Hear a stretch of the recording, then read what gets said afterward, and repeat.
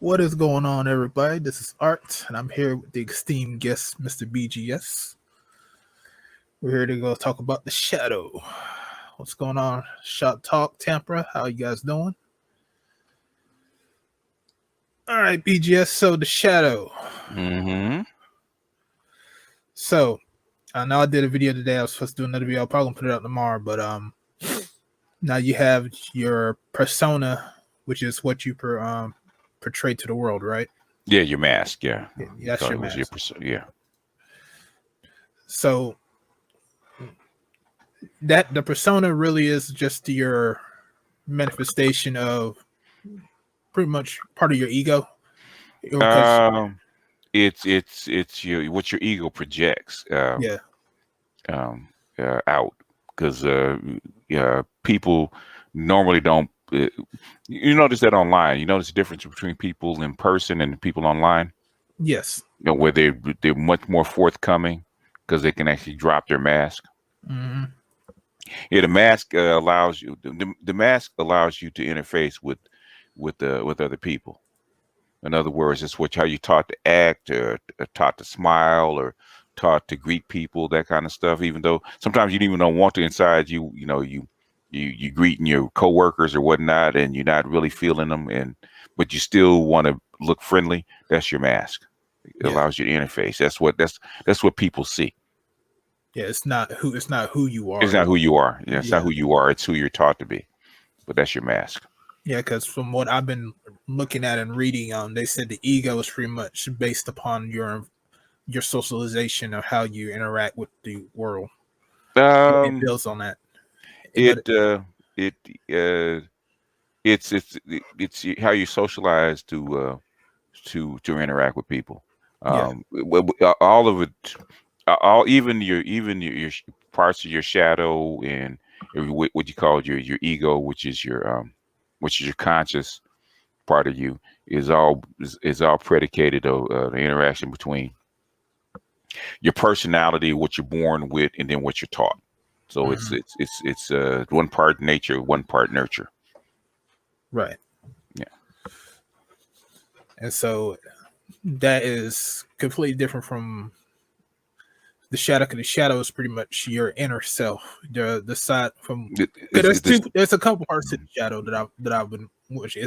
Okay. Well, your ego or your conscious mind is your inner self. And the thing is that your conscious mind is the stuff that is the stuff that decides. It's the stuff that is the active part that makes decisions, right? Your shadow is your hidden part, the part that you can't actively interact with. Most people, that's how come you go to a shrink or a psychiatrist or whatnot. You have to learn how to interact with your shadow. Yeah. Okay, that you have to consciously go in and bit by bit. Have you ever been like in a big dark warehouse? Yeah, all the time. All the time. A big, say, with all the lights off, and all you got is a flashlight. Yeah. Okay. The warehouse is your shadow. Okay. And the thing is, your consciousness. The flashlight is your consciousness, right? Only what you shine the light on is the parts that you can't see. You can never see the whole thing. Yeah. Yeah. Because for when I was at this last night, I was listening to this one chick talking about the ego, and she was saying the ego was like I am, and then everything attached to it. Yeah, the ego, the I am, the conscious part is the ego. Okay. Yeah. In other words, that's the part that makes the decisions, the conscious decisions to do something or act a certain way or be a certain way. That in astrology, that's your sun. That's you. That's your personality. All that kind of stuff, all wrapped up into one. Mm-hmm. Okay, that's the conscious you. The thing that looks through your eyes out onto the real world, right? Okay. Right. The observer. Sometimes they call it the observer. There's a lot of names they put it, but the observer inside your head that looks out through your eyes and looks at the real world. Okay, that's your ego. That's your consciousness. That's the active part. Now I haven't got to this part yet, but there's a part called yourself that's in between the ego and the shadow. The self. Okay. Uh, um, Basically the self. The self is, I say, if I'm thinking of the diagram that you're looking at is half in and half out. Yeah. In other words, that's the interface between you and your shadow. That's like what the bridge, right? um it's more like it's more like the controls on an airplane, or the The controls in a levers. car, the levers and stuff like that. That's what controls the car. So Okay. in other words, that's how you interface with everything. In other words, the shadow runs your body. Okay. The shadow runs your body, and you have to run your body and who you are through that self. Yeah. So you can tell your body what to do, or say, like normally you don't have to think about breathing, but if you focus on it, if you shine the light on it, you push a lever, you can stop yourself from breathing, at least temporarily. Yeah. Or make your heart beat faster or slower temporarily, because you have active control over it. But that's through the self. Okay. I get what you're saying. It's more Hey, like well, it'd be easier if you had the diagram up, then we could actually go through it, because I'm trying to okay. figure out which diagram, because they got like the tons of I diagrams know. that outline that stuff. So I'm sure you went through it all. You saw all these pictures and diagrams, and the difference between Jung and Freud, because they have a different outline. I think Jung expanded it a lot more than Freud did. Freud was a little bit more simple. Let me download this one. It's Jung's model of the psyche. I'll download that and show that up. Yeah. Because we can say it, but the thing is, it's easier. It's probably easier to show it. Show it, yeah. Yeah. Download that. Let's see. And where did? Yeah, because I've seen it's Jung and Floyd that does all this. Freud, yeah. Freud was first, and then Jung came in behind him. Mm-hmm. Jung was a bit of a Gnostic, so he really expanded it out to the collective unconscious. He split it into male and female, and he really expanded the map of the inner world. All right, let me push this up a little bit more, and let me go share my screen. Talking about this one, correct?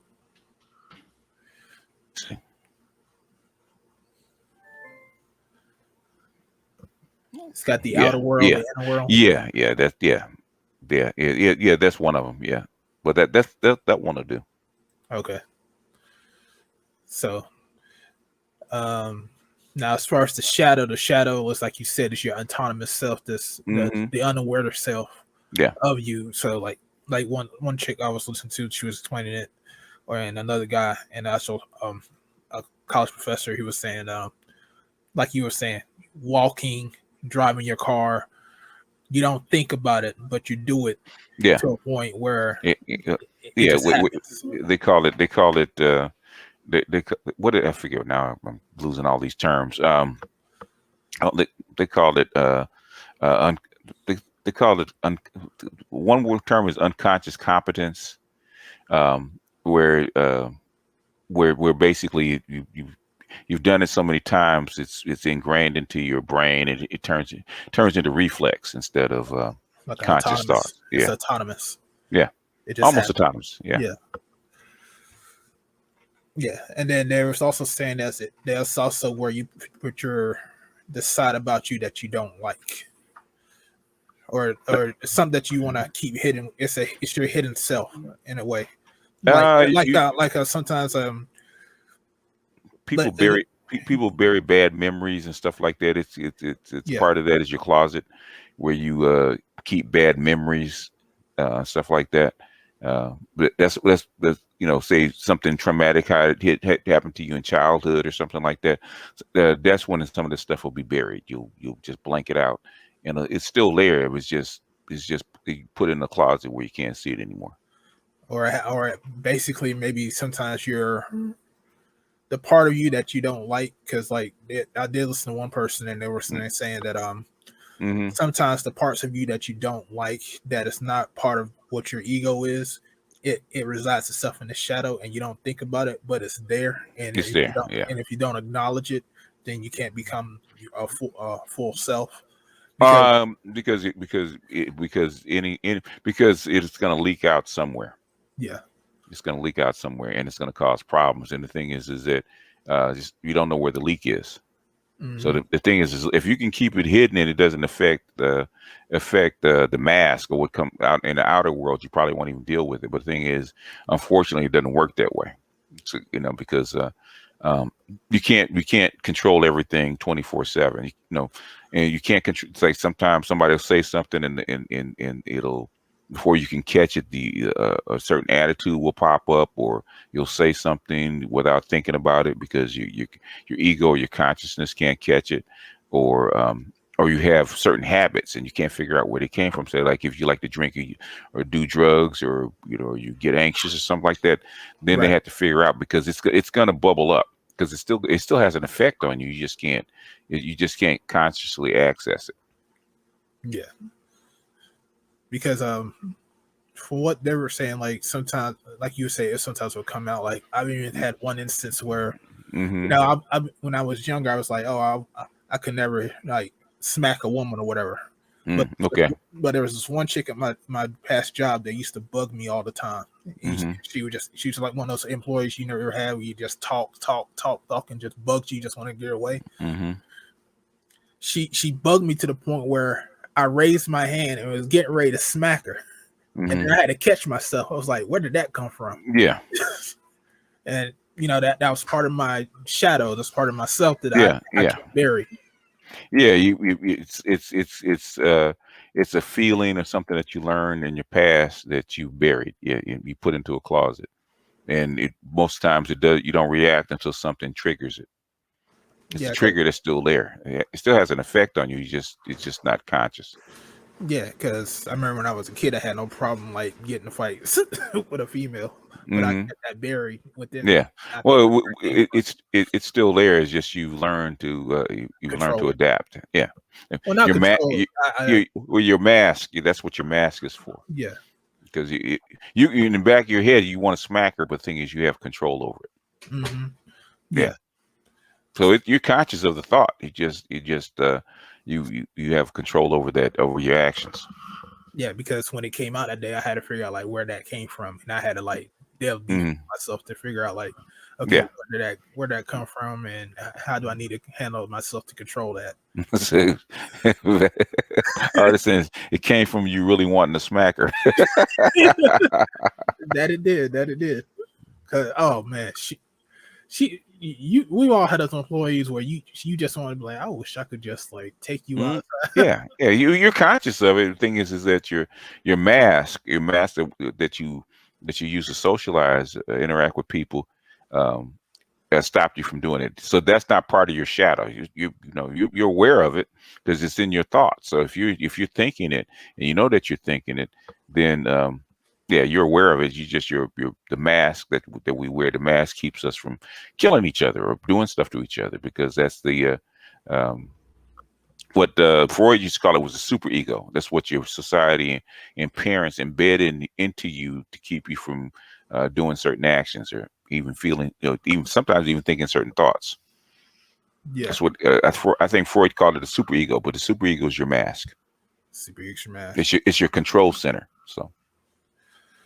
So I did read one thing. It says the greater your light, the deeper or the dense your shadow is. So I think the greater your light means you can see deeper into the closet. You're much more aware of your shadow. I think everybody's shadow is deep. I don't think anybody has a shallow shadow. It's just some people are more aware of their shadow than others. Well, that's what I was saying. That's what I think. That's why I'm was getting confused in that. So that's why I didn't want to do a video on that. Because they were saying how dense it is. Like you hide more stuff in your closet, the greater your light is, and that's why I wanted to get in talk about that. Yeah. Well, okay. Sometimes some things are so embedded into people they're not even aware of it aware that they're that it's embedded, and they act upon it without even thinking about it. Because I hear it all the time with people with people that have been trained in this feminist school system. They just mouth off talking points without even knowing where they came from, because it's what they've heard and it's become so embedded into their thought patterns. It just blurts out. They have no idea that it's what they learned in their shadow is actually causing them to say it. They never thought about it. They just repeat it. So, but the thing is that people that have a greater light, they can actually have more control over their shadow, because they can actually, just like anything else. Okay, if you walk in with a small flashlight in a big warehouse, you can't see shit, right? But the bigger the light that you can walk in and actually use, the more you can see in that warehouse at one time. It's the same thing with a light. Like consciousness is light. So the bigger your consciousness, the more control you have over your shadow. Okay, that makes more sense. Mm-hmm. Because that's why I was like trying to look at several different videos on this to make some videos on it, because I know people have different perceptions on what this all is, and I'm trying to get the overall. That's like in neuroscience. They tell you what can cause certain feelings. Okay, you can you could say you're feeling lightheaded, or you got a headache, or you're feeling irritable, or something like that. Neuroscience says, okay, it could be that you have an illness. It could be that you're just hungry, and you haven't felt hunger pains yet, but your body is telling you that you need to eat, or that your blood sugar is low, or something like that. So it's sending you a certain feeling, and you're reacting to that feeling.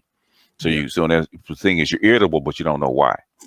But the thing is, the more knowledge that you have, or more light that you can shine on to that problem. I'm irritable. I'm just feeling irritable. Most people say I'm just irritable today. I'm just irritable right now. I can't stand anybody. I don't want to be around anybody.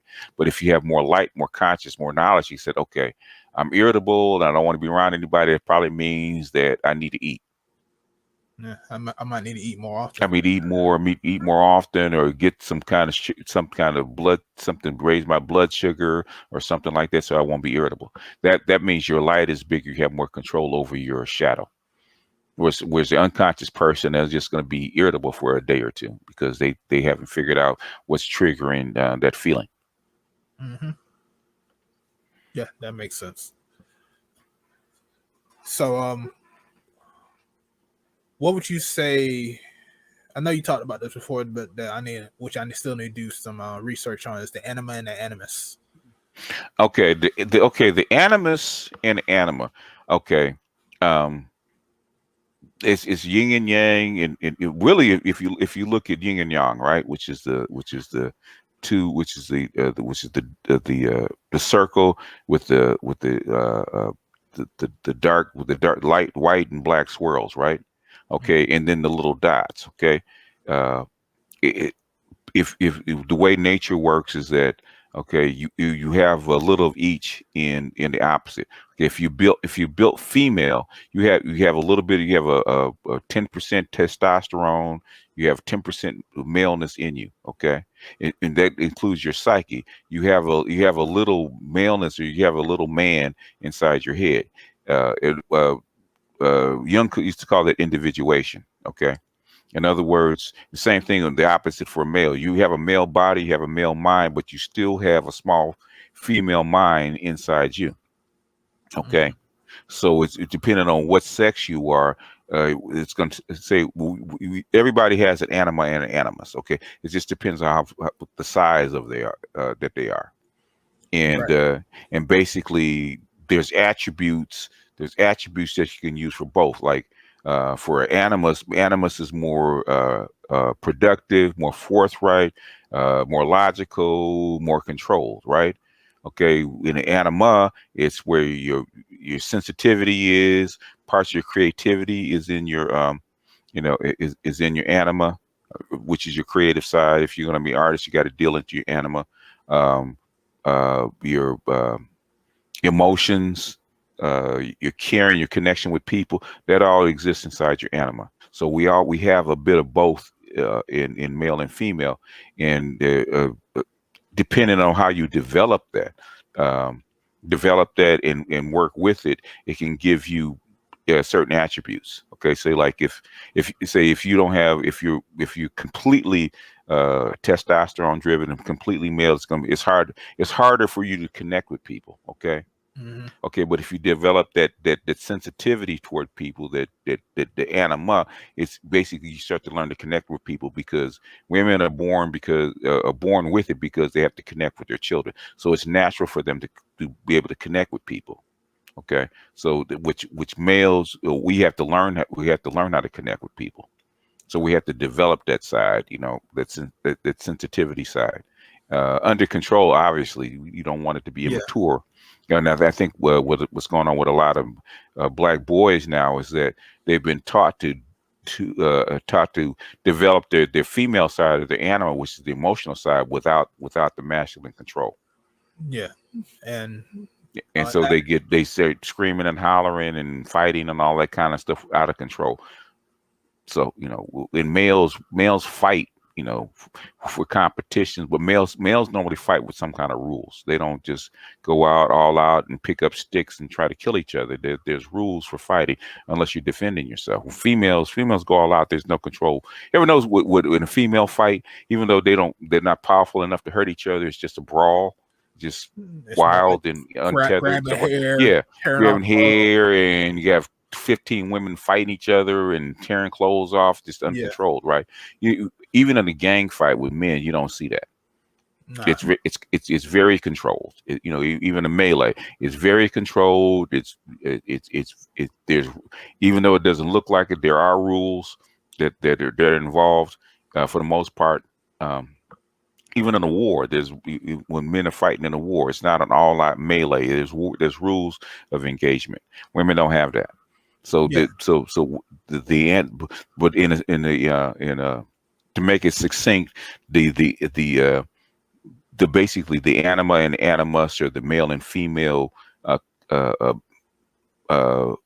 emotion centered aspects of a brain, aspects of yourself, and depending on what body you were born in, one is going to dominate the other. But you have both of them. And even in a fight, when you see with men, there is a level of respect that those guys have for each other after doing that. Females, they have no respect at all. Men are normally will develop some kind of rules of engagement, man. Even in a gang, okay. Even if we think of a gang as unruly, a gang life has their own rules. They have their own set of codes, okay. If you look at what females do, females don't really have a code, okay. And women will not develop a code until until they either find some men to give it to them, or they develop their animus, their male side, to do it. You can like most chicks that are good around men, normally they have an overdeveloped animus. We call them cool chicks because they have a code, they can follow rules, they can keep their emotions under control, all that kind of stuff. That's the animus. They have an overdeveloped animus. Mm-hmm. And that's like cool chicks don't get along with women very well. No, because they have an underdeveloped anima. Because those chicks will actually tell a chick what her problem is, and they won't like her, so that's why they don't hang around her. Go, professor, picking up stuff. No, you don't, man. You don't do that. If that was it, you'd be dead already. Okay, you'd be dead already. Men. Even when men pick up stuff, you don't just go out and start socking people in the face. There's a control. There's rules. Yeah, no, I see that. So there's now another thing too they were talking about was the negative traits of the shadow, which like it's not like where you keep your evil side, because the shadow's not either evil or good, but it does have negative traits as long as positive traits.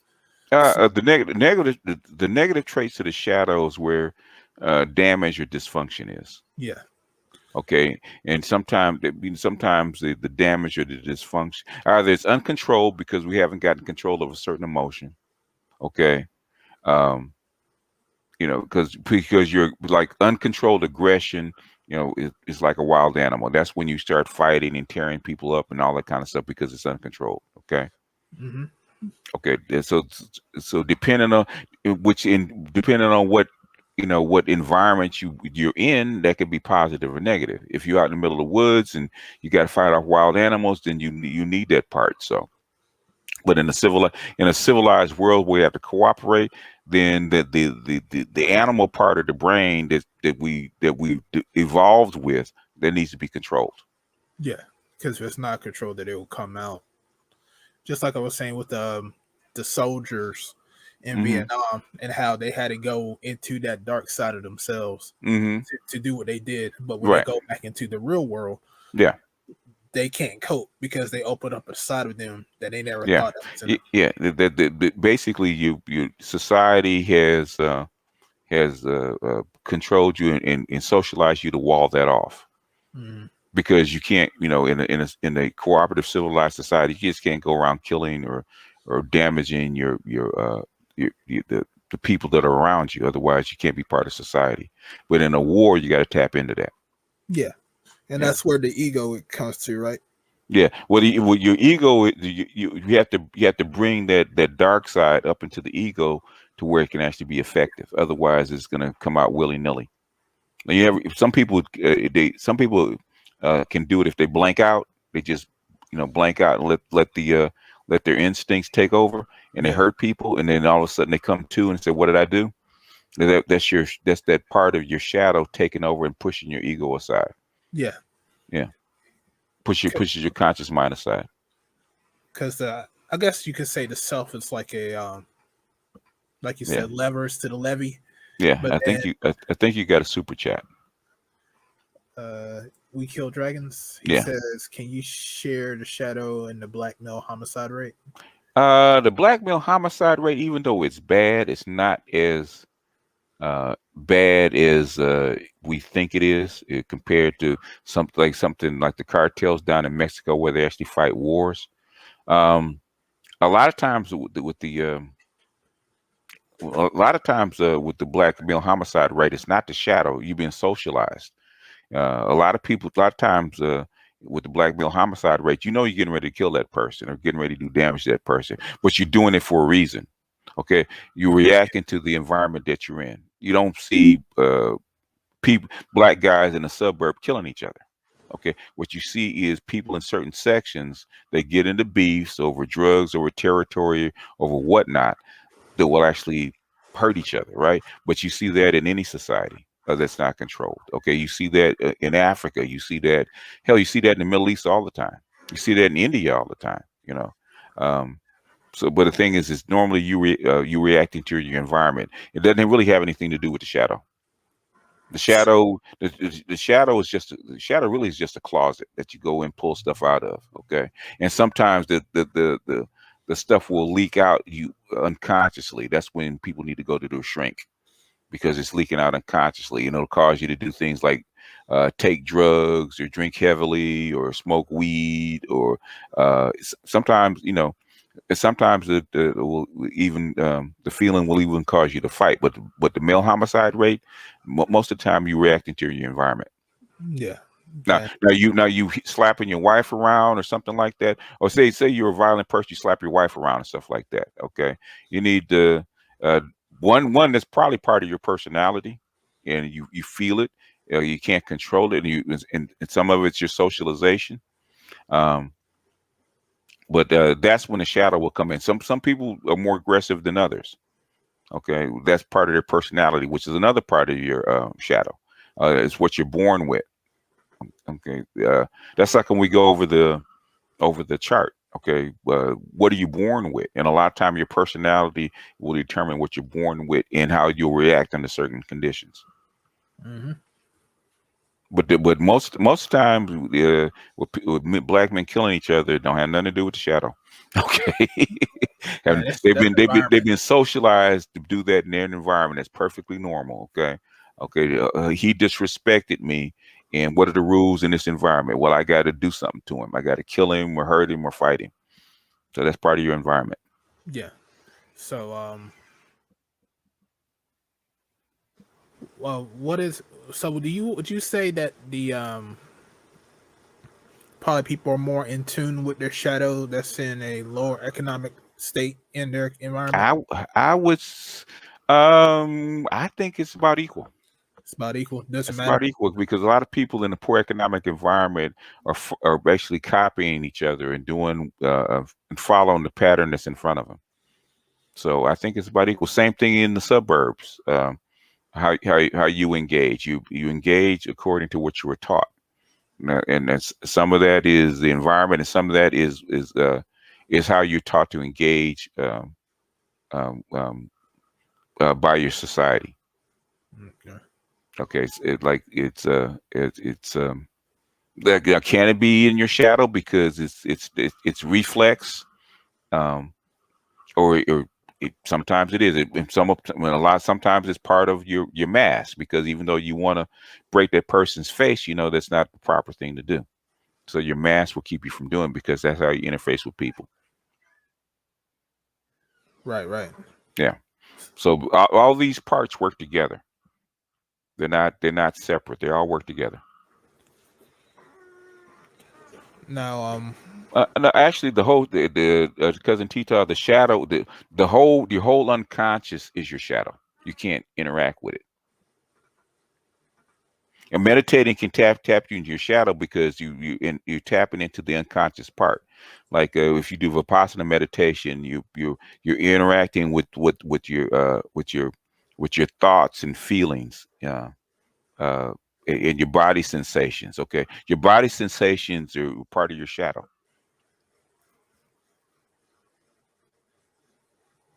okay. Shot says he will say that the upper economic position will let your shadow thrive more. If you're in upper economic position, um, I think you're depending on your personality. I think if you're in an upper economic position, I think your mask will probably has a bigger effect on you, because appearances and reputation, all that kind of stuff matter more. I think your mask matters less in a lower economic position. Yeah, because I guess you could say even with Kevin Samuels, he will say like with the one guy, he said Hmm. you have dreads and stuff like that when you're supposed to be like a CEO of a company. Yeah, Said within the society, yeah, that's still not yeah, yeah, recommended for someone. That you need to get a close haircut. You gotta look yeah. a certain way. You have to Yeah. act a certain way. You gotta Yeah, have this kind of you money. got talking so way. Look at the difference between Jay Z as a billionaire versus Jay Z when he's actually selling drugs on the street. Okay, they're different people, because they've had to tighten that mask up. Okay, got to tighten that mask up, but it pops up when he's banging some 85 chick in the elevator. Okay, so they'll still pop up. The old person is still there. It's just covered up with the mask. His mass is greater. Yeah. So, but you all these different things will come out in your actions some kind of way. But the thing is that your ego and your mass are control centers. I say I would say your ego is more like if you take a matrix reference, your ego is more like the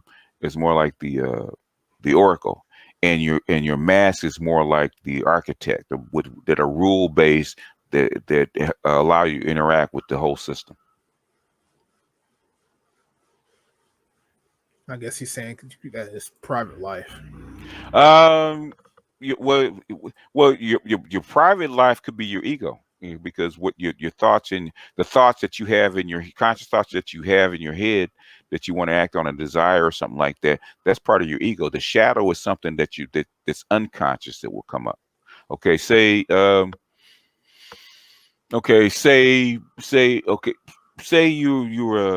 a CEO, but would you have an affinity for cheap ass hookers on street hookers? Okay, where does that come from? That comes that even though you know it's wrong, even though that you know that you're not supposed to do the things, you can't help yourself. That's coming from your shadow, because it's a drive that you can't figure out how to dismantle.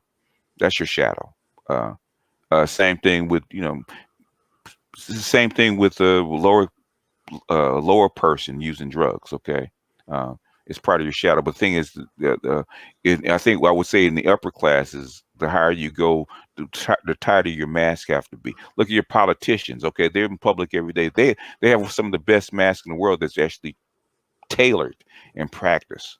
So all three of these things work together. It just depends on where you are. Yeah. All right. So what are, because I need to look at that one video about shadow projection. Mm-hmm. Like if you can go into that for a little bit, because I looked a little bit at it, but I still need to do some more research on shadow projection. What happens with shadow projection is basically something coming out, something to come out of your shadow that you don't know where it comes from is projected onto your consciousness. Okay. Like shadow projection. Okay. You a billionaire that likes cheap street hookers. Okay. Okay, so a shadow projection. Okay. A shadow projection. Or you like to be, you're a billionaire. You like to be dominated by dominatrix, right? That's shadow projection.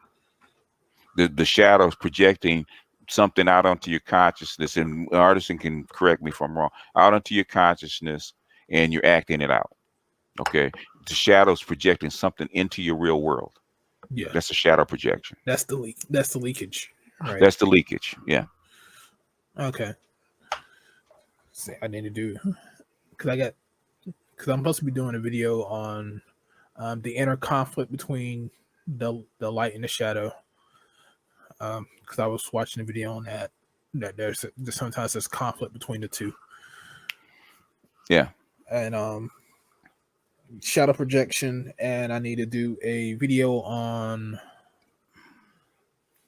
the autonomous part of the shadow, where everything comes, like what we just talked about, how you automatically do stuff without even knowing that you're doing it. Yeah, that can happen if you're unaware of it. Yeah, you can catch yourself. Yeah, if you ever caught yourself doing something and you don't know why, and that's in other words, your shadow has slipped past the control center, which is your ego and your mask, and you're doing shit that you don't even know why. Sometimes it's even as something like overeating, eating sweets, eating something that's not good for you. Alcohol, okay, that you know that's not good for you. Okay, that's part of your shadow leaking out and projecting out into, affecting your real world. Mm-hmm. Or like artisan with his gummy bears. If we really drove to the Bay and really got to know artisan, we would know a lot about artisan shadows, boy. We would, yeah.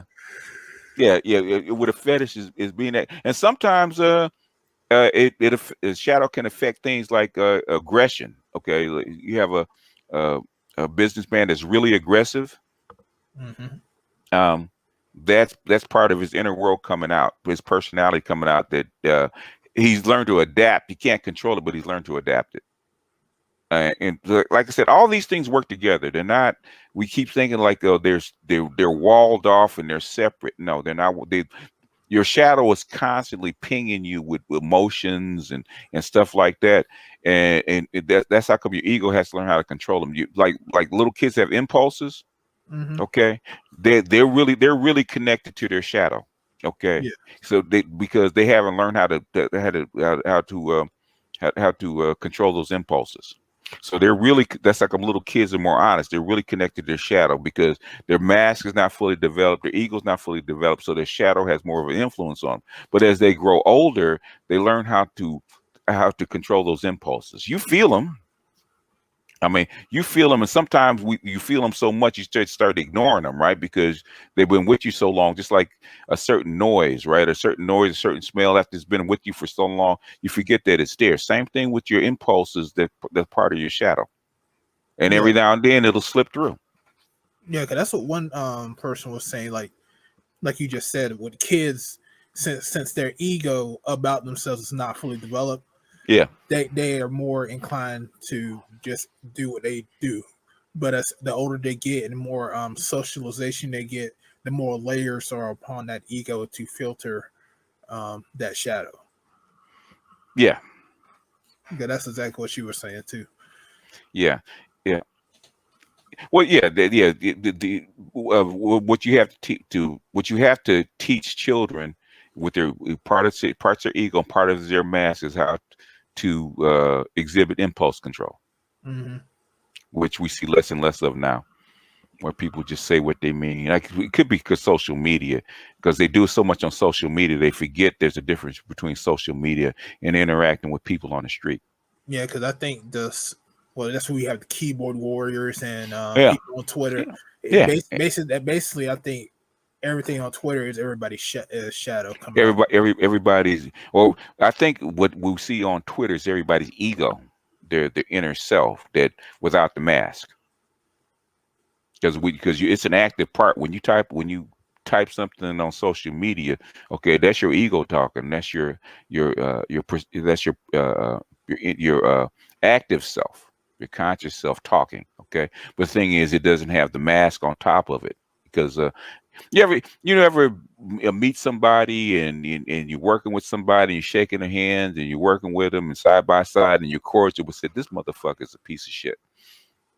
Okay, In your mind, yeah, he's a piece of shit. How come you don't say that? Look, nigga, you're a piece of shit. How come you don't say that?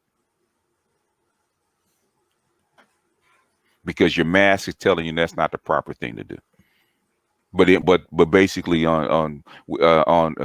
anonymously on Twitter or YouTube or Facebook is a little harder because they know who you are. But you can say what you want because you don't have a mask. I'll never meet this person in life. I don't give a shit if they like me or not. So I'm gonna say what I feel. I'm gonna say what I think at the time. Yeah, but that's why I'm looking at, like, I think it's more the shadow pinging on the ego then. No. It's what you really think. No, I mean your ego. Okay, even your ego, right? Kind of people you like and you don't like, right? Yeah. You know that, right? You've already made a conscious decision. These are the kind of people I like, and this little percentage over here, as small as it is, I can't stand them bastards, right? Okay. But you're not going to go through public and run across that person in real life and just all of a sudden blurt out, you're the kind of people I can't fucking stand. Okay, not gonna say that. That's your mask. That's the super ego. That's what your parents taught you. Society taught you. You can't say that. But online, guess what? No such restriction. These new kids out here. Well, the thing is, that's what I'm saying, and that's something we probably need to explore. Does social media, with people being online without their mask for so long, for all these hours, does it bleed over into real life, to where the mask is actually eroded to the point where they're gonna say what they really think about people, and causes social disruption? We'll leave that for Artisan, since he's got the degree. Yeah, I would say that is probably true, because I've started to see a lot more people being unkind and just saying anything to each other as persons. And y'all get the likes up, man. Good grief, man. I'm on here. We doing, because normally this kind of shit. Okay, when we talk about this kind of stuff, this shit is like $100 an hour. Okay. This is deep esoteric work, and we giving it to you for free. So at the very least, you should get the like button, hit the like button, get the likes up, because you don't see this on white YouTube. Okay, they're not going to get this deep. No, y'all better hit the cash app too, motherfuckers. Now, hey, I'm gonna leave that one up to you. But anyway, yeah. But really, this is art wanting to talk about the shadow. Like I said, I've done this on ROMs. I've done some of this stuff in my Patreon. Probably need to do more. But the shadow, if there's going to be any kind of problems that arise, it's going to arise with the difference between what's going on with the ego, who you think you are, what you think you are, and the shadow. The ego is who you think that you are. Okay, the shadow is what you really are. You are really your shadow. Even though all these things work together, what's buried inside you, all the information about you is buried inside your shadow. Okay, and now your ego accesses certain portions of it to make you, including your personality. But the thing is, the vast majority of who you are is really inside that shadow. Okay, but the thing is, it's impossible for the conscious mind. The conscious mind is only like anywhere from, depending on who you talk to, 3 to 6% of your brain, of who you are, right? 3 to 6%. That's a very, very tiny part. Okay, to keep to keep control over over all these systems that inside your body. You got to remember, your body, your nervous system, your nervous system actually pings your brain like 1,000,000,000 times a second. There's no way that your conscious mind can keep up with that. Just like when you become expert at driving a car, if you had to constantly think about everything that your body's doing and the car is doing at the same time, it'd be almost impossible for you to be a good driver or do anything, right? And sooner or later, you have to transfer that knowledge into the shadow part, to where it's reflex, where it's unconscious. Yeah, just like flexing your fingers. Flexing you, even though you can, you can consciously tell your fingers to flex, all those mechanisms and impulses have to have a autonomous system. Yeah. Yeah. Or regulating your body temperature, what your body does that you don't know nothing about. Yeah. So So and that's I think I think that's where psychologists and psychiatrists coming in. They have to mate who you think you are with what you really are, and they have to guide you into discovering who you really are. Mm-hmm. And sometimes it goes back to your childhood, because a lot of things that were put into you unconsciously in childhood, you don't remember. And sometimes even adulthood, man, you get so many signals that you pick up by seeing people do stuff, how people act, how they talk. You just pick it up. You don't remember where it came from, because it's all buried. It becomes part of, just like when you first learn how to drive a car. You can't remember all those hours you pick trying to steer the car and look for traffic and step on the brake. You can't remember that. Appreciate you, Ice. Oh, appreciate you, Ice, with $100. Yeah. Congratulations. You made me happy. What's goody, gentlemen? Woohoo! Yeah, but the thing is that that's what Freud said. That's how Freud and Jung developed psychiatry, right? Because to go into the shadow, you need a guide. Okay. Mm-hmm. To actually have a impersonal third party, neutral third party, actually guides you through walking in that shadow. That's all a psychiatrist does. That's all a shrink does, right? Is guide you into walking into that shadow. Okay, so you can discover yourself. Okay, when I do astrology readings, okay, I don't know you.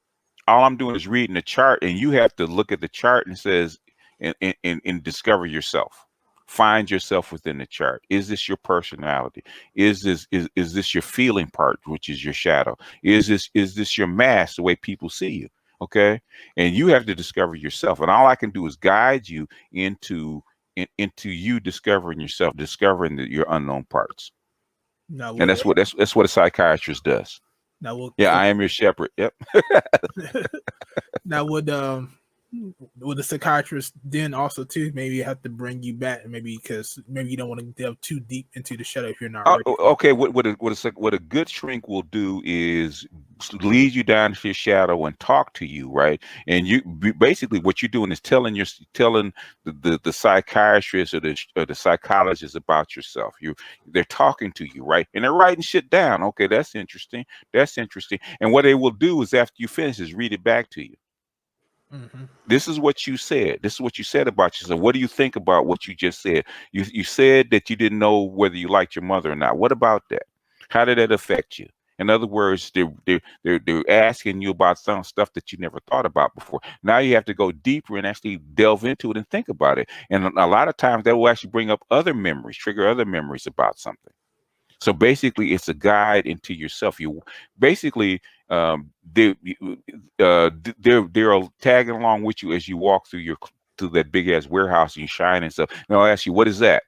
Why is that there? What is it? It's like, say, like you have a dragon's head, some shit that Art would probably have on his wall, right? Got a fucking dragon's head, right? What the fuck is that, Art?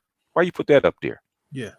Yeah. So, and he said, well, man, I forgot about that shit. What does that do? What is it doing in here? And you have to explain what it's doing in there because you never really thought about it. Yeah. But when saying that's what your shadow is. Okay. If you talk to a neuroscientist, right? And you eat a certain food and say you drink, okay? You say you drink.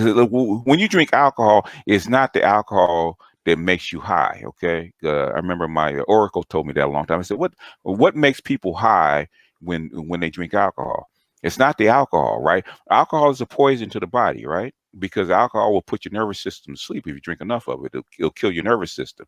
How does the body react to the poison, right? It sends up certain hormones and endorphins up to actually boost your mood and boost your brain. And then those endorphins are the things that make you high. It's not the alcohol. It's your body's reaction to the alcohol. Alcohol is a poison. The thing is, how does it counteract the poison? It sends out all these hormones and endorphins into your brain to actually activate your brain, so to give you that high feeling. Mm-hmm. The thing is that most people that, I know just alcohol makes me high. It's not true.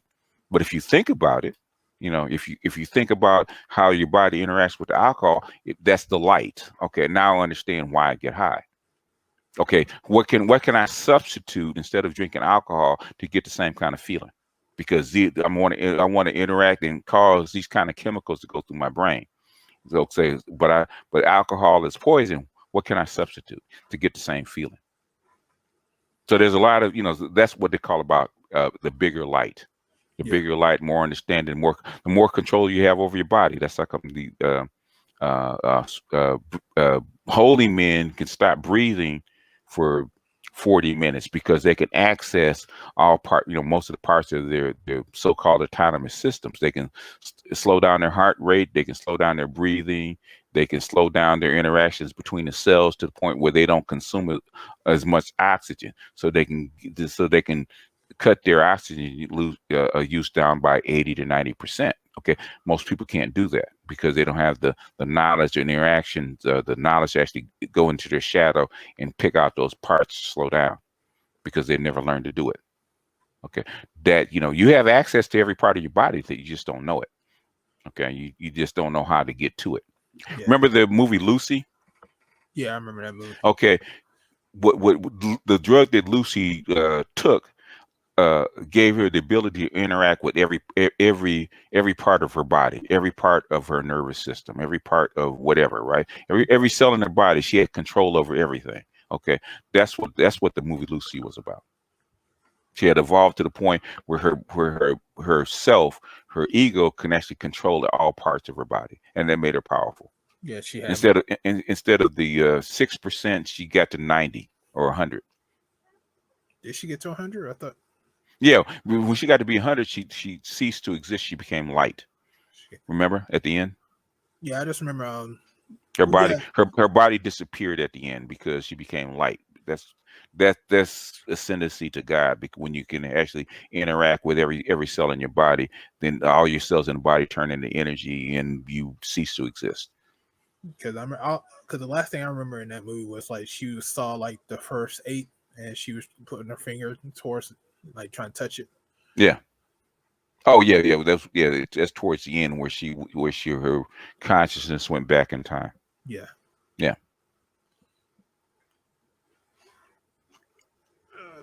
Well, it's about an hour. I didn't want to take up too much of your time, sir. Well, it's up to you. My time is your time, sir. Nah, you got your life outside of YouTube. Well, is that all the questions you had, or you got something you want to delve deeper into, or what? You want to get into a little game with Anima, or what? Yeah, sure. So hey, somebody paid you $100, man. Why just give him his money's worth, right? Yeah, I know. Okay. Okay, the Anima and the Animus. Okay. Go ahead. How does one develop these two? Okay, basically you have to say what attributes does the other have, right? One have, say, like pick one. Say the anima, right? Okay, anima is where your creative side, because you get in contact with the hidden world. If you want to be creative, right? You're basically, your anima is actually in control of your shadow, because your shadow, It's more the emotional basically, part. well, your shadow actually interacts with your brain through feeling. Okay, it Yeah. can't tell you. They're just signals, right? It's just signals that your brain feels, right? Who's in charge of feeling? That's your anima. So the hidden world, that's how come the moon is a symbol of your hidden world, is because that's female. Females are in charge of the hidden world, because they feel emotion, deal in emotion more than anybody else, right? Your ego basically is your control center, which is your animus. Okay, your animus makes decisions, your control center. Okay, but the thing is that, well, uh, why do pimps dress a certain way, act a certain way? Pimps have are really in touch with their feminine side, right? With their colors, with their motions, the way they talk, right? That kind of stuff. They're really in touch with their feminine side, right? They're in touch with their anima, right? They're men. They have a strong ego. They have a real strong ego with strong animus, but they also have a very strong anima. And the anima is what translates and interacts with the women, because the women are emotional. Yeah. And basically women talk an emotional talk, which most guys can't figure out, because they sound like logical words, because they're talking like a mile a minute. But the thing is, they're trying to transfer emotions to you. And the thing is, if you don't have a developed anima, which is a female side, there's nothing to translate for you. It sounds like gobbledygook. Like most women talk, most men shut down because they can't understand them, right? It sounds like garbage, right? Garbage in, garbage out. Say, what is this? What is this bitch talking about, right? Because we like to She, get to the she, point real she, quick. she, yeah, you want to get to the point, and we got all this other bullshit around it, man, that you don't understand, right? Because you don't have a translator. But your anima, if you have a very developed anima, right? Then your anima will translate for you. Okay, this is what she said. Because that happens with me all the time, right? With my with the females in my family and the females that I meet, right? They start talking, my anima's translated. Okay, this, like a 5 sentences. Okay, you can be quiet. I got what you're trying to get at is this, and this is what you mean, and this is probably what's happening. So if something's happening with you, is it a man? Is it your boyfriend? Or did he do something for it? And they're like, how do you know? Your anima has just translated for you. Okay. But to develop it, okay, I always tell, if you want to develop your anima, which most guys do, right? Okay, whatever art that you have, whether it's drawing, music, whatever, right? Really start to get into that and practice that. That will start to bring out, grow your anima. The second thing is to learn to listen to it, because you know that little inner voice when you're getting ready to do something. Yeah. That says, "Don't do it." Okay, that is your anima talking, right? But thing is, most time, unless it's an emergency, she doesn't speak loud enough for you to hear. You have to start tuning your voice to listen to that little voice. That little voice in your head is your anima. And for most men, that little bitty tiny voice is telling them, because it's really quiet, you can barely hear it. When it said, okay, don't right here, don't turn left, because if you turn left, you're gonna get into some shit. That's your anima talking, because she can feel she's in contact with the darkness. She's in contact with the world, right? You are not, because you have to be conscious, so you have to shut yourself off from it, because you have to make logical decisions. She's in contact with all that shit, so she can feel it before you see it. Okay, so you have to learn to tune yourself to listen to it, right? Say if you're talking to females, right? Say if you're around a lot of females, you're talking to females. Stop trying to make sense of it. Try to, in other words, what is she? Ask yourself, what is she feeling? Okay, and that will start to develop your anima to translate. See, I've Because always they deal in feeling, yeah. So a lot of times, so what even in school, it's probably a little easier now, because a lot of guys are walking around with an overdeveloped anima. They need to mature it. The thing is that with guys, especially young guys with overdeveloped animas, you have to give your anima a mission. Okay. Okay. Tell her to go find something. Okay. Say you say you're hungry. Okay. And say you want to, find something to eat. Say, okay, I want to find some barbecue. Okay. And what she will do is actually go out and lead you to where the barbecue is. Okay. She said, well, go online and type this and blah, blah, blah. She says, is this what you're looking for? So she's a guide to your emotional. She okay. What is a woman's role to a man? To be a helper, right? Yeah. In other words, she's your helper. You have to give her missions to help you. You still have to make the decision on whether you're gonna pull the trigger on it or not, because she's not gonna tell you to do it. She's gonna suggest. Your animal will never, which is your bottom bitch. Your animal is your bottom bitch. She's never gonna make you do anything. She's gonna suggest, and her job is to help you. The thing is, you have to practice giving her stuff, because that's just like anything else.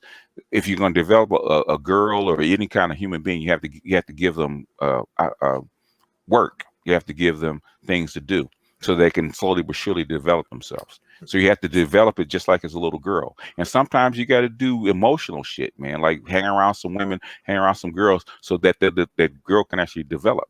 You can't learn to translate female talk if you're not around females. Yeah. So you have to consciously develop that part. That's like pimps are always talking to women. See, Slowly but surely they're developing their anima to translate a woman's emotion. And a lot of times you have to listen to them go through some shit and tell you their observations. Well, I was doing this and saying this, and like after an hour, but my boyfriend cheated on me, or I cheated on my boyfriend and stuff like that. You hear that enough, guess what?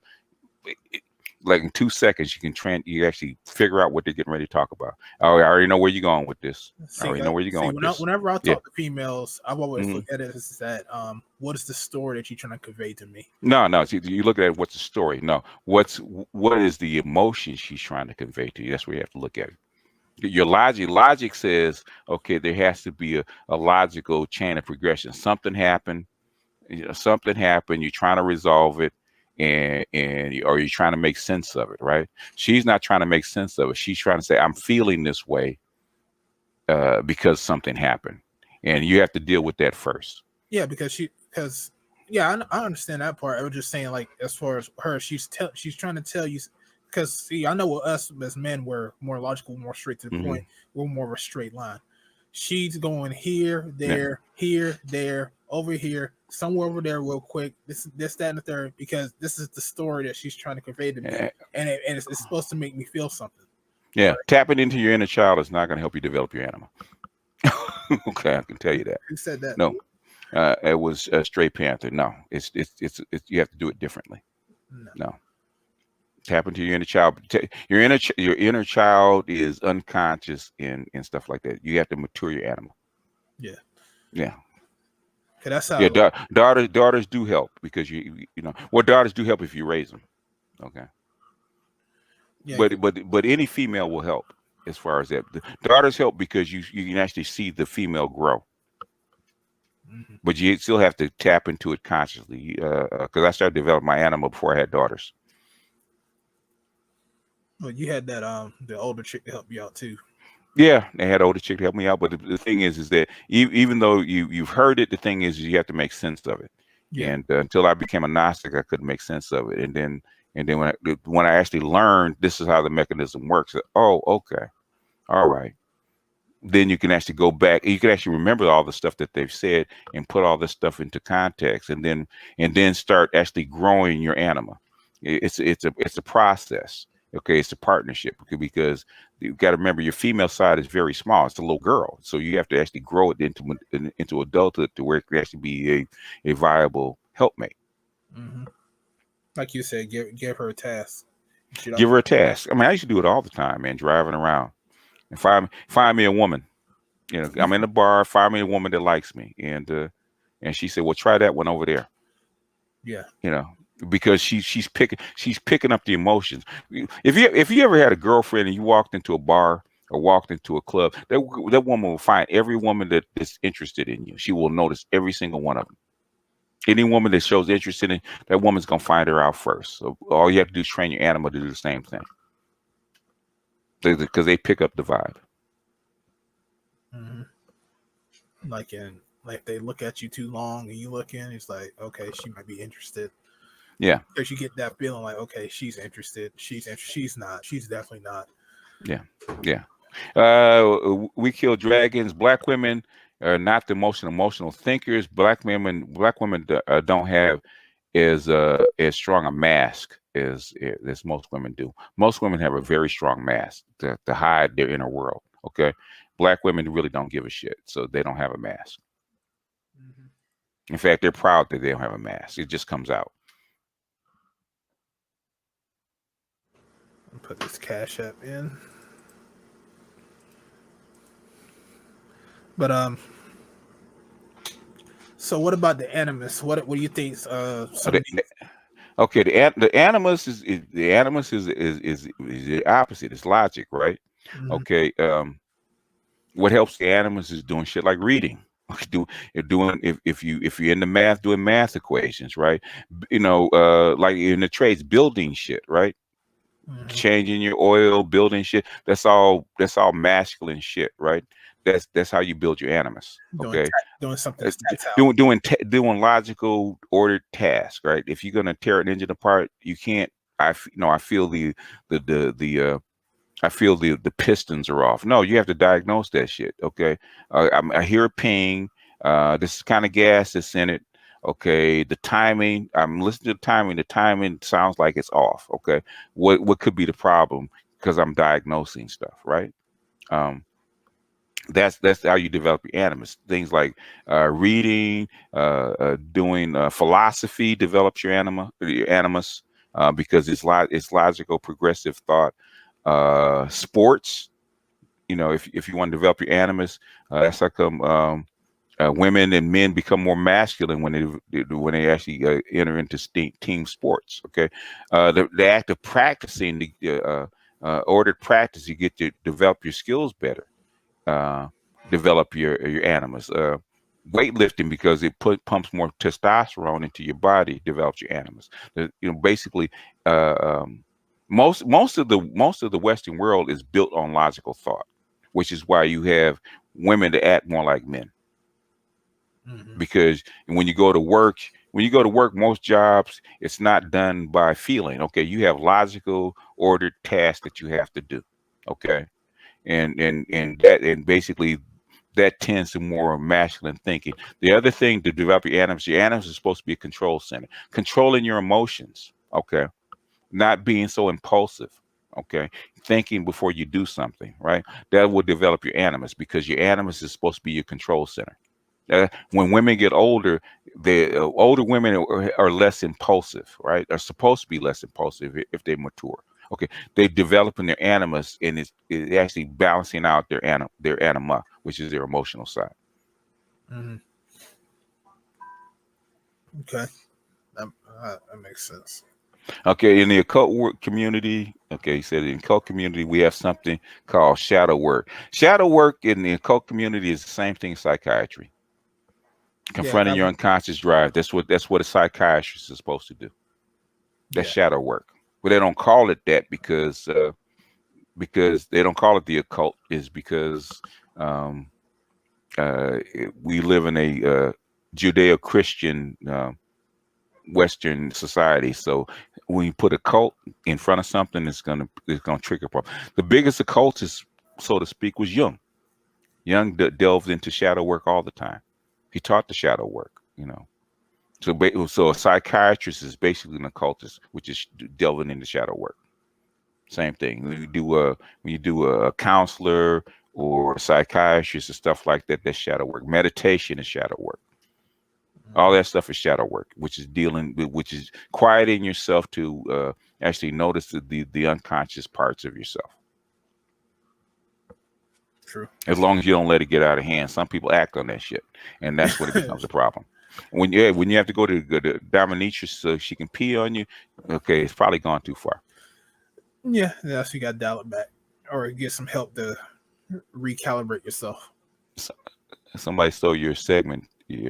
your segment title. Okay. What's he talking about? I don't know. Yeah, with the people that major in psychology, man, they can be kind of strange. Yeah. Go get some gummy bears. Be happy. Yeah, no, hey, go get some gummy bears from the dispensary. Yeah. Oh, shadow smithing. Okay. Nah, he said he does. He takes alcohol with a syringe and filled up his gummy bears with it. If you really want to do some shadow work, man, go get you some mushrooms. Yeah, really. Yeah, you and your shadow will have a good conversation. You can get some shrooms. Okay, so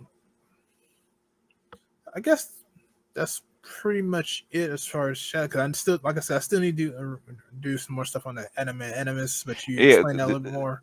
the yeah the basically the look at masculine traits and look at female traits, and that'll give you a good guide to understand an animus and anima, because they're actually masculine and feminine inside you, Yeah, and basically what Jung says, you want to bring them into as close to balance as you can, and the closer you bring them into balance, because uh, in the esoteric world, the creation of the universe is the balance between male and female, which Buddhists call the still point, right?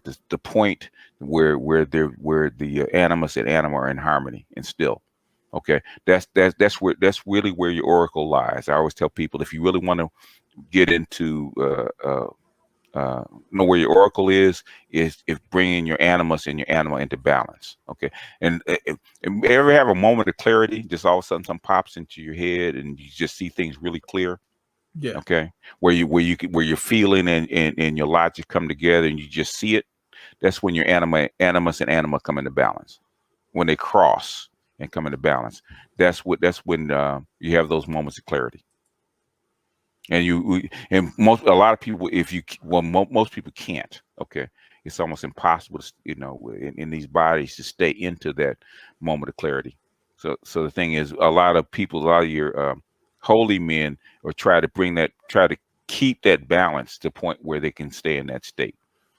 yeah. Because most of the time when I do my little meditation, where I sit still, quiet room, maybe put on like some rain, and then just think, and then try to think, try to clear my mind, and just consciously just Yeah. be Okay. unconscious.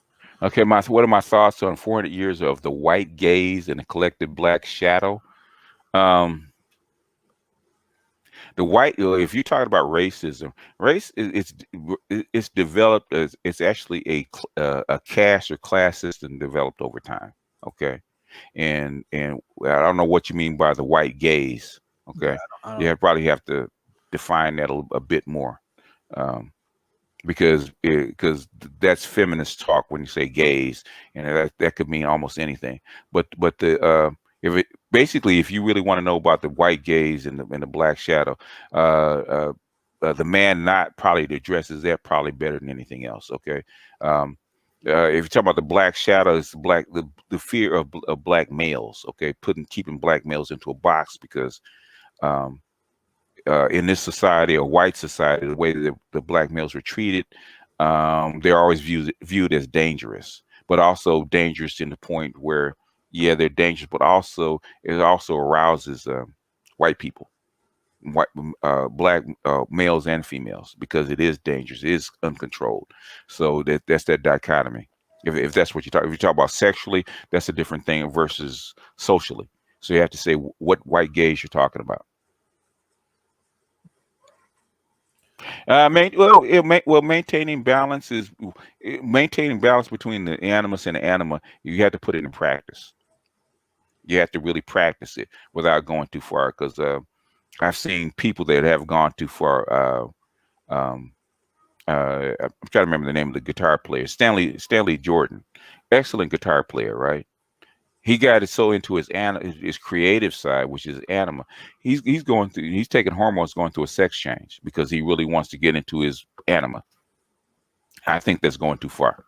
But he really wanted to get into his creative side, and deal into his feminine side, which is where that kind of connection to the universe is. To me, that's going too far. Okay, that's beyond balance. Do you think that's why a lot of I say the arts are filled with people who develop anima?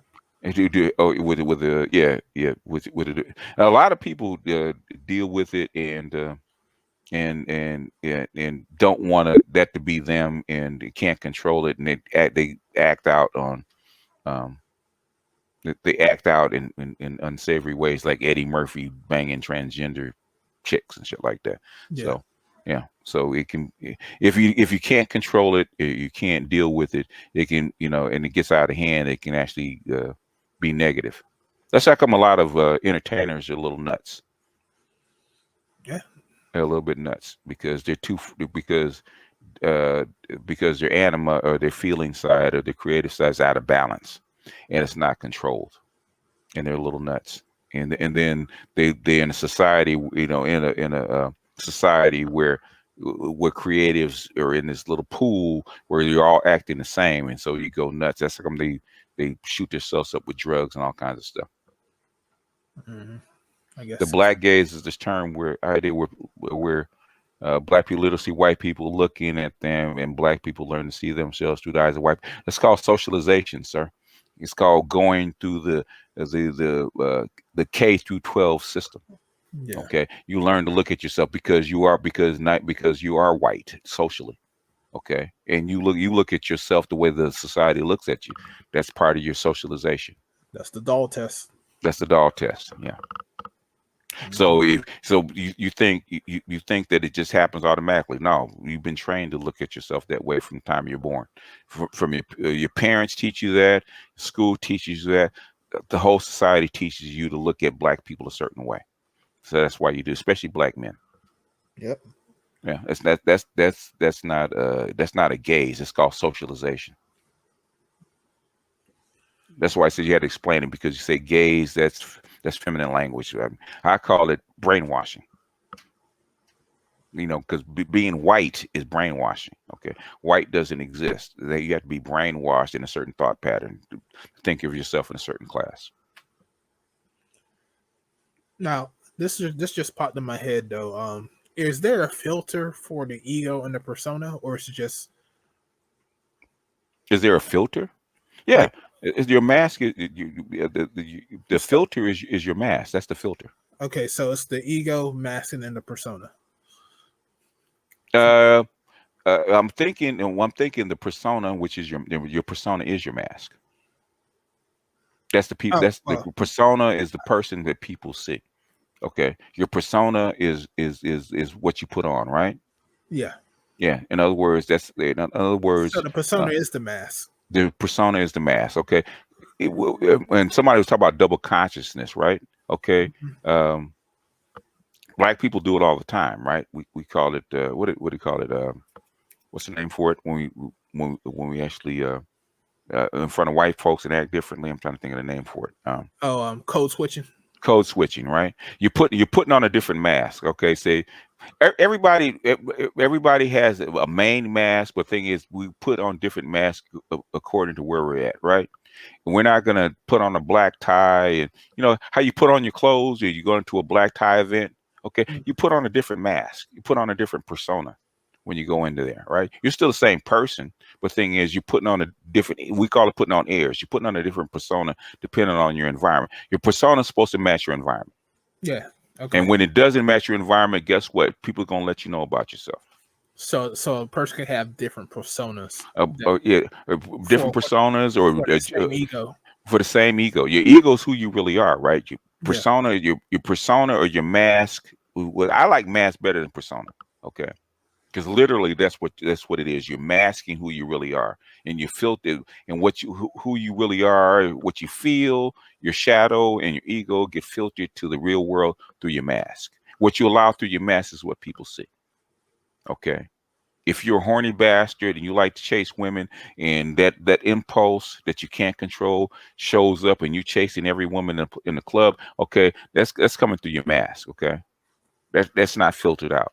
But the guy that keeps it behind the mask is a dude that you think is square and sitting there by himself and being friendly with all the women in at work or in the party. He's banging like 50 chicks, man, in his private life. Okay.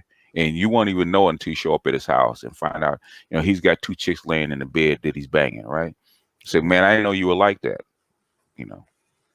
Okay, you ever meet somebody at work or meet somebody out and until you really get to know them, you really get to know who they really are. You say, man, I didn't think you were really like this. Because now they have to drop their mask. They can't keep their mask up. That's the same thing when you marry somebody, right? We call them our representatives. Your mask is up.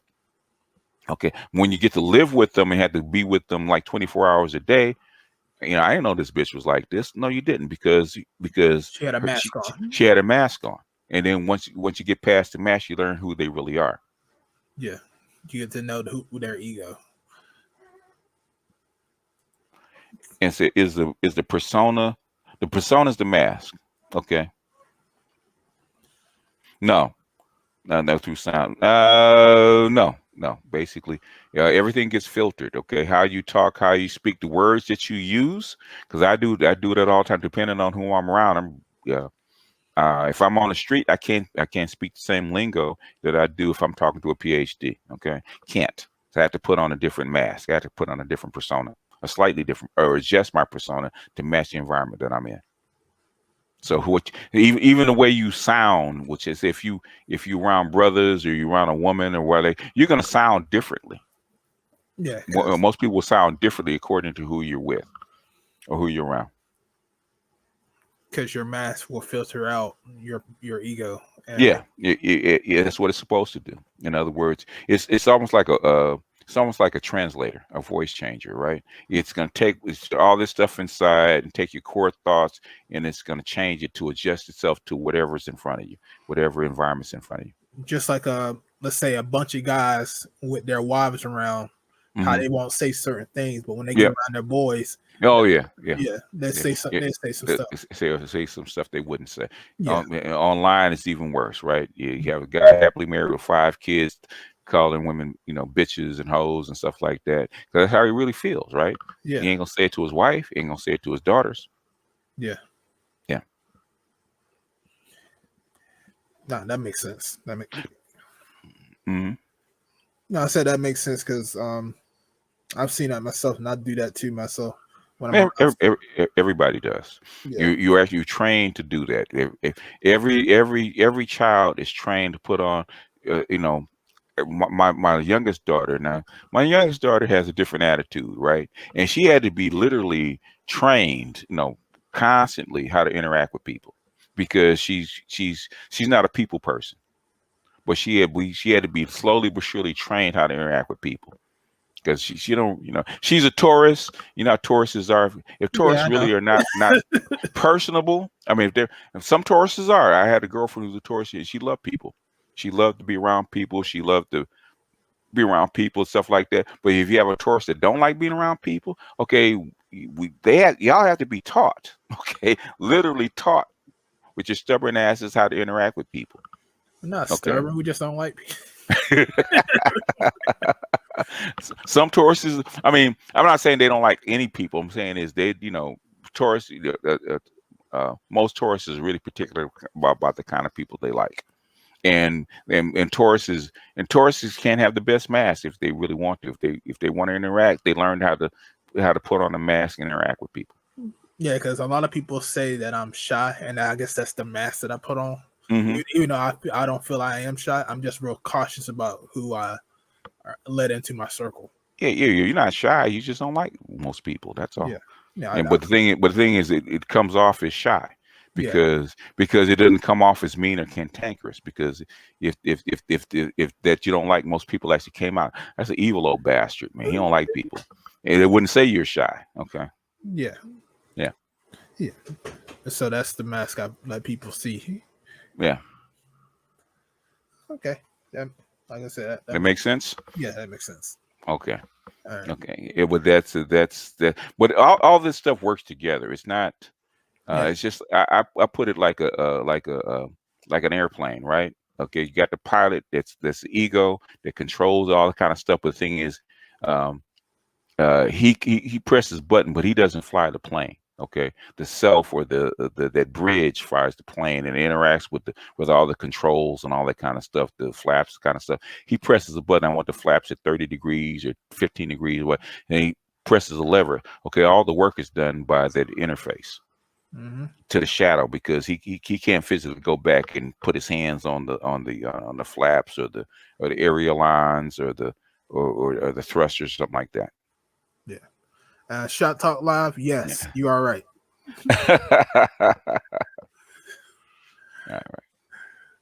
All right. We'll go to like an hour and a half, and then we'll let you get to it, because I know you're doing a show tonight, right? Yes, sir. Okay. It's about an hour and a half now. Yeah, pretty much. So I'm looking at it. What, hour 26? Yeah. So any closing thoughts or anything else before we drop off, or any questions you want to catch? No, because like you said, we need to start doing this work ourselves. If there's anything else that I'm having problems with, I can contact you. So yeah. But this is an interesting concept. That's why I want to look into it. And I've been. Well, basically, if you start reading, I know he's got like a book called the Red Book or something. He has a Red Book, and also I think a good one is a man, and I think it's a man and his symbols, if I'm not mistaken. Because a lot of a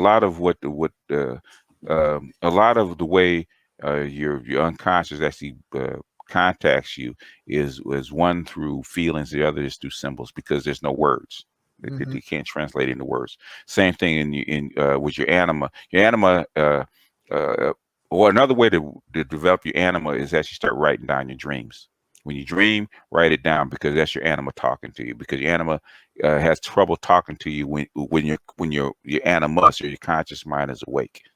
So another thing is she'll actually come to you in your dreams and send you symbols or icons or avatars that mean something. So you write them down. It's another way to actually develop your animus, your anima, I should say. Anima. But would you say that if you don't remember your dreams, that means you have an undeveloped anima, or your anima has become undeveloped? Or so what? If you don't remember your dreams when you sleep? If you consciously, most times, if you consciously tell yourself that you want to remember your dreams, you probably will. Because I remember when I was a little child, I used to remember my dreams all the time. But now that I've gotten older, I can't remember any of my dreams. Try, when you get ready to go to sleep, tell yourself that, I would like to remember my dreams. And slowly but surely you will. It'll start becoming real to you. And the more you get in contact with your anima, the more, sometimes you got to tell that bitch to shut up. Okay. I sometimes I have to tell her to shut. I know. You told me like the 15th time. Okay, enough. So sometimes you have to do that. All right. Before we go and read these cash apps. Okay. Nicole Ali, she says, "Great topic. Thank you, Art. Appreciate you. How's the baby coming? Yeah. Yeah. Hopefully she'll get on later on tonight. Austin, appreciate it. CG3 in the house for the stream. Ebony Knight. Guess Lou said thank you for the broadcast, bro. Appreciate you. And AL Boogie, appreciate you. Yeah. I don't normally I infer some of this stuff, but I don't normally get into it that deep. At least not in public. Privately I do, but normally I don't get into it that deep in public. So Art, this is for Art. Art wanted to talk about it, and I appreciate it. I mean, we could probably talk about it for hours. I remember was on with Ram and Master Yao and Master Nichama, and we were talking about this kind of stuff for like 4 hours. So yeah, it can get deep, because I was like, okay, I'm just gonna learn a little bit about it. It's probably not gonna be that deep. I'm just like, wow, okay. Yeah. It's actually, in fact, the we wouldn't have psychology or psychiatrists if it wasn't for the shadow. If it was all conscious, we all had access to it, we wouldn't need any of this. So the thing is that when something's happening, you can't figure out why it's happening and why you have these impulses, then it's in the shadow, and you need somebody to need a guide to guide you into it and guide you through it. Mm-hmm. And that's where the psychology comes in. That's the whole thing about psychology is dealing with the shadow. Yeah, I would say like 90%. Why people do stuff, because people do stuff and it's unconscious. They don't know why they do it. It's an unconscious impulse or habit, and 99% of it of what psychology deals with is the shadow, is the automatic stuff. yeah, because that's your hidden self that you don't know nothing about. Right. Yeah. Yeah. Like I said, that makes sense. But anyway, sir, I'll let you go. All right, sir. I go get me some barbecue. That bullshit barbecue from North Carolina. Oh, no. All right, here we go.